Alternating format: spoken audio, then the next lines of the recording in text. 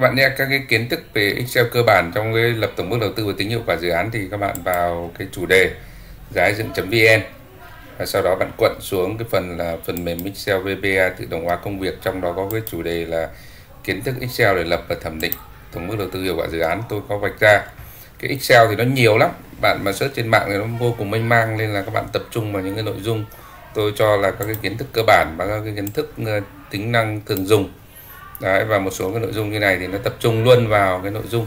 Thì hôm nay tôi hướng dẫn các bạn các cái kiểu đánh dấu dữ liệu trong vùng dữ liệu của bảng tính. Thì thưa các bạn, tôi cũng đi dạy nhiều và tôi cứ nghĩ là những cái này nó là cơ bản mà mọi người đều biết, nhưng mà có rất nhiều bạn rà rờ. Thế thì chúng ta phải làm việc cho nó chuyên nghiệp hơn, và những cái kiến thức này rất là cơ bản nền tảng nhé. Có cơ bản nền tảng thì bạn sau này sẽ giải quyết được kiến thức nó ngày càng phát triển lên, còn nếu không thì chỉ giải quyết được sự vụ thôi. Thì đầu tiên thì bạn nhớ là đánh dấu dữ liệu thì các bạn đi theo đường chéo để đánh dấu cái bảng dữ liệu này. Ví dụ khi bạn muốn trình bày hoặc bạn muốn định dạng, bạn kẻ ra cái viền, đường viền cho dòng cho cột thì bạn đánh dấu như vậy. Có rất nhiều bạn rà rờ nó như thế này, bạn đánh dấu bạn như thế này. Đấy thì nó rất là buồn cười, đúng không ạ? Hoặc là có nhiều bạn như thế này thì cũng tạm được, nhưng mà cũng vẫn cứ là lâu, vì chúng ta biết được rằng là cái vùng dữ liệu mà chúng ta đi theo cái đường chéo thì nó luôn là đường ngắn nhất so với hai cạnh của một cái tam giác. Chúng ta tưởng tượng là cái đường đi của chúng ta là một tam giác, đúng không? Đấy, vùng dữ liệu là chúng ta luôn luôn đánh dấu cái đường chéo, và khi đó chúng ta đánh dấu cái vùng dữ liệu này thì chúng ta sẽ thao tác được cho cái đối tượng của chúng ta, như là tô chữ, tô màu nền, hay là có các cái lệnh là xóa hoặc chèn vân vân. Thế ngoài cái việc là đánh vùng như này, đánh dấu vùng như này, thì chúng ta có đánh dấu vùng cho cả dòng. Đấy, ví dụ đây chúng ta đánh dấu một dòng thì đây là vùng trên dòng này. Còn chúng ta đánh dấu, chúng ta kích vào cái tiêu đề của dòng thì nó sẽ đánh dấu xuyên suốt một dòng từ trái sang phải. Nếu muốn đánh dấu nhiều dòng thì các bạn kích vào dòng đầu tiên, nhấn giữ chuột và kéo xuống các cái dòng dưới. Đấy, và tương tự cột như thế là chúng ta đánh dấu vào tiêu đề cột, hoặc là chúng ta đánh dấu một cái vùng ở trong cột. Đấy, chúng ta giữ chuột và kéo xuống. Thế rồi kích vào tiêu đề cột và giữ chuột kéo thì nó đánh dấu nhiều cột.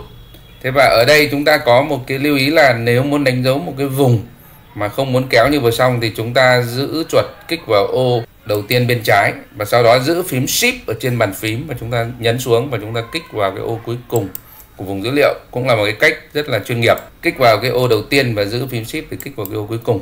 Đấy. Thế còn nếu mà muốn đánh dấu nhiều dòng cách nhau, nằm cách quãng, ví dụ như là chúng ta muốn định dạng tất cả những cái ô mà nó có cái dòng này để chúng ta bôi đậm, thì chúng ta có thể là giữ phím Ctrl kích vào dòng đầu tiên, sau rồi giữ phím Ctrl kích vào các cái dòng mà nó cách nhau.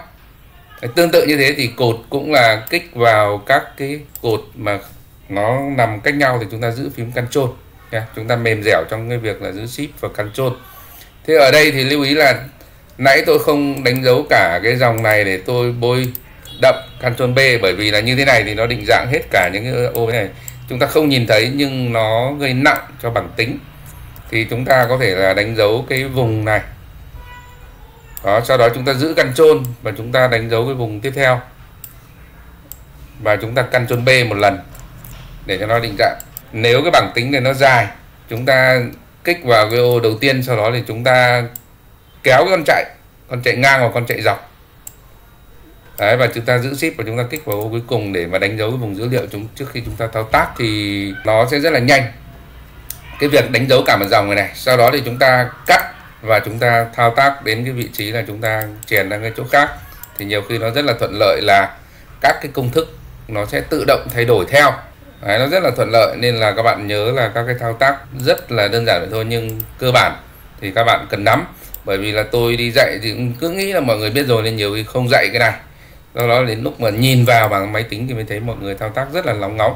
Thì cái này là cái kiến thức cơ bản đầu tiên trong cái việc là di chuyển chuột theo đường chéo của vùng, hay là đánh dấu vùng với phím Shift và phím Ctrl, và đánh dấu các cái vùng không liền kề sử dụng phím Ctrl, hoặc là đánh dấu một dòng một cột hoặc nhiều dòng nhiều cột. Thì mặc dù là có vẻ là nghe nó rất cơ bản, nhưng các bạn cần biết cái kiến thức cơ bản này. Các bạn cứ nghe giảng viên đi, không bao giờ thừa. Nó sẽ rất hiệu quả cho các bạn sau này vận hành, tính toán những cái bảng tính mà các cái dự án mà cả toàn là nghìn tỷ. Đấy, hiệu quả dự án rồi quyết định đầu tư ra mà mình không thạo những cái cơ bản này thì nó rất là buồn cười, nó rất là dở, đúng không ạ? Xin cảm ơn các bạn đã chú ý theo dõi. Hãy đăng ký cái khóa học về lập tổng mức đầu tư và tính toán hiệu quả dự án của công ty cổ phần Giá Dựng nhé. Các cái kiến thức này chỉ là cái kiến thức bổ trợ thôi. Còn đi sâu vào những cái kiến thức mà tính tổng mức đầu tư và tính các cái chỉ tiêu kinh tế để mà phân tích hiệu quả dự án này thì nó còn phức tạp hơn. Thì chúng ta học qua các cái video những cái kiến thức này để lên trên lớp mà không phải nói lại nữa, mà bạn có nền rồi thì các bạn học những cái kiến thức mà chuyên môn mà nâng cao chuyên sâu thì nó thuận lợi hơn. Xin cảm ơn các bạn đã chú ý theo dõi.